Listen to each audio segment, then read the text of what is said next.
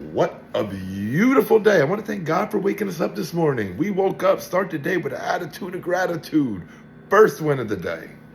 Listen, I was talking to somebody today. I preach gratitude over and over and over again on this page, right? Because really, it's the answer to everything in life. It's the answer when you think that you're comparing your life to other people's lives, right? And you realize, like, wow, I want what that person has. I want what that. There's people that want what you have, and we don't even appreciate what we have. There are people in way worse situations than you are right this moment, and we don't appreciate it. We need to start appreciating it. If you appreciate things, you're going to get more. I was talking to this lady today. She was a professional woman, right? She said something to me about gratitude, and I'm like, yeah, I preach that all the time on my page or whatever. And she said something like, she told me to take a look at myself, and that I have everything that I've ever wanted, ever dreamed of, ever desired. I have everything good going for me. And she's like, listen, if you keep giving a child everything in the world, right? You keep giving it every toy, every new gadget, whatever, right? If you keep giving a child all these things and the child just like neglects it, doesn't appreciate it, are you going to keep giving that child things? And that's how God feels about you. So in order to receive more, you got to be grateful for what you have. I was at the car wash the other day, and somebody hopped out and they had two like metal legs, and I'm sitting there behind them, and I'm like, I'm pissed off because I got dust in my new truck. Like, really? This guy just hopped out with no legs. He looked pretty happy to me. Later that day, I was sitting talking to one of my customers. He's got tubes hooked up to him, just had like all types of surgeries, and he's going to be like that the rest of his life. And he's showing me the tubes and stuff, and I'm sitting in the truck with him, and I'm like, and you're still smiling. Like, there is so many things that we take for granted in this life. Like, basic things like seeing and walking and a roof over our head and food on our table, because that's not the reality for everybody. It's not the reality for everybody. And this is something that I'm working on. I really am working on it, because really, I everything I ever wanted, I have. Everything I ever needed, I have.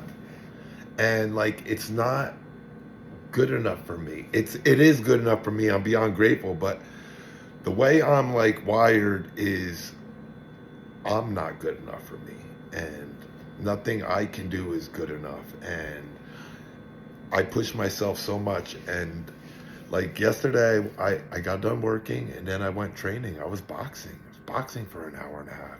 I came home, like, I crashed out. Like, I fell asleep. I had a problem waking up this morning, because I'm just like pushing myself to like the limit. I'm 40 years old. I was in the gym last week playing basketball in like a 4-on-4 game with 20-year-olds. Like, I pushed myself. After that, I worked out, I did a chest exercise, and ran 2.5 miles. And then was thinking like, I could have done more. Like, that's the insanity, okay?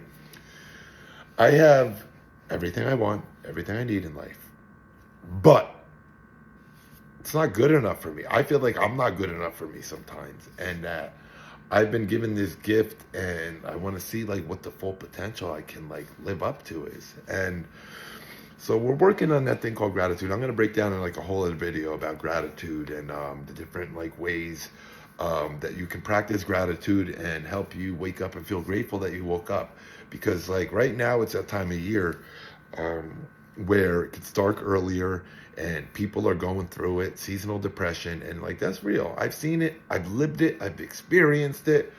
I shared this story once that like, when I had like 3 years clean, like, I wasn't well mentally. Like, I didn't feel well, but I kept pushing, okay? I was working for somebody by the hour.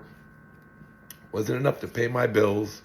I was valet parking at night, so I was working 2 jobs. And so like maybe like 14, 15 hours a day, I was working 2 jobs just to like pay my bills. I remember calling my aunt because I had a shut-off notice on my electric for like $157. And like, I called everybody. I'm freaking out. $157. Like, it's nothing.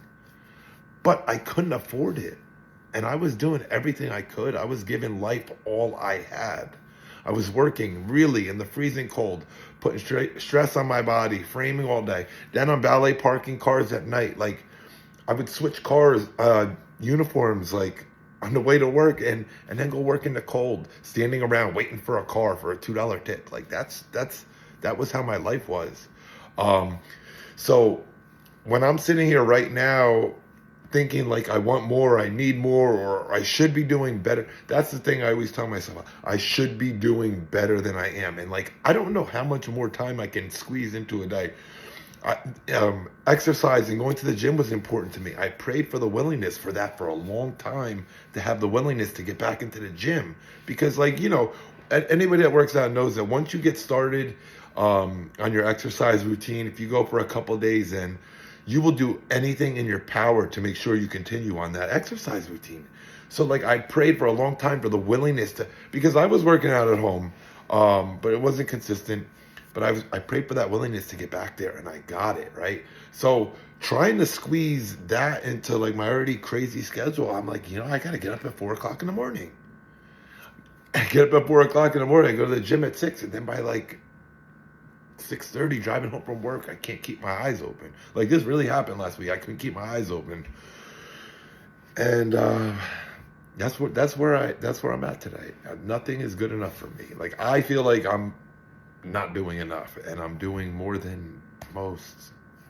I'm doing more than most people that didn't go through my struggle, didn't go through the things I went through. Like, I have a lot of like past trauma that I've been through in life, during active addiction, and when I was clean also. Like, I've been through things. And back to the story I was saying, like, when I worked 14 hours a day, I remember telling my mother, like, I think it was like day 7 or 8 or something like that, like straight. It was winter, it was cold.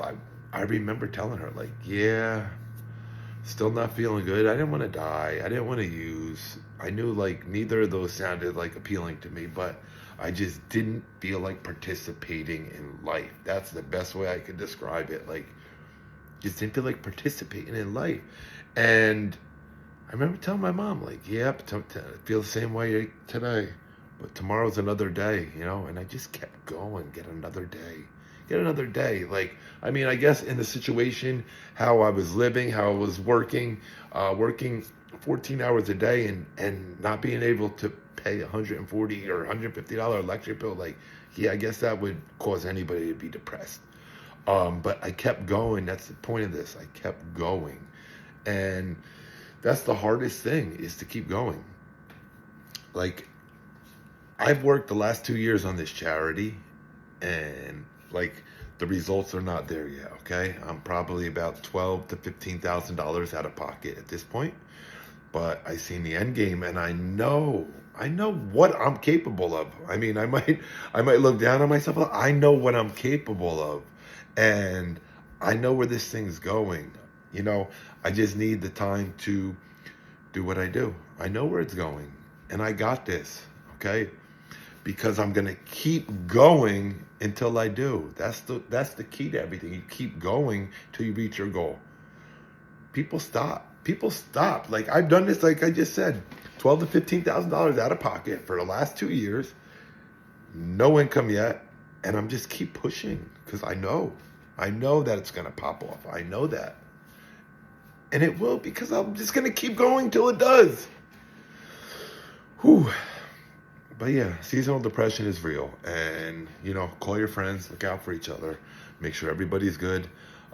Seems like every person I talk to is going through something, whether it's mentally, financially, something in their love life, somebody sick. Like, that's the reality for a lot of people. Most people are going through it. Most people are struggling. Some reason, like, I'm the person people want to talk to. I don't know. I give up a good energy, a welcoming vibe. But I have people that I'm helping. And wait till I get these facilities up and running. Like, just wait. It's going to be hard. It's going to be really hard, because I remember what it was like, and it took me 7 times. It took me 7 different attempts. It doesn't matter if it took me 50 attempts. I kept going, and it worked one day. So when people have told me, like, send me messages and saying like their husband or their wife has been to rehab already for 6 times, 8 times, they'll never get it, they're hopeless, listen, I get it. You're as tired as anyone else. You're tired. You're tired of it, right? You ain't got it in you. You feel like, why do you deserve to deal with something like this, right? I get it from both sides, right? Because I've lived it and I'm also on the other side of it. And I get it. It's draining. It's draining. And somebody that keeps going to get help and telling you they're going to get help, it just, and then they come back and they do the same thing. Like, listen, they're trying, believe it or not, okay? That stuff that you see on the streets when people hunched over and stuff like that, or people nodding on the sidewalk, like, they didn't want to feel sick that day, okay? They did what they knew how to do to help themselves heal, okay? And bringing it back to the original time of them using, they were also trying to help themselves because they didn't want to feel like that and they didn't know how to not feel like that. So something came along and numbed that.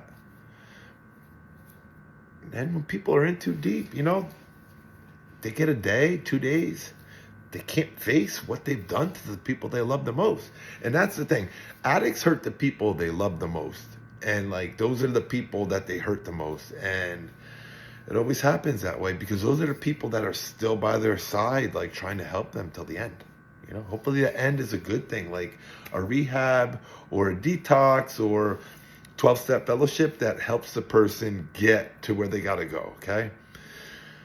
So I can say don't give up on the people, but at the same time, set your boundaries because, I feel mixed feelings about the tough love thing, as I shared before, because I know a couple people that gave their children tough love, and not one person, not 2 people. I know 3 different people that gave their children tough love, and the kids are no longer here today.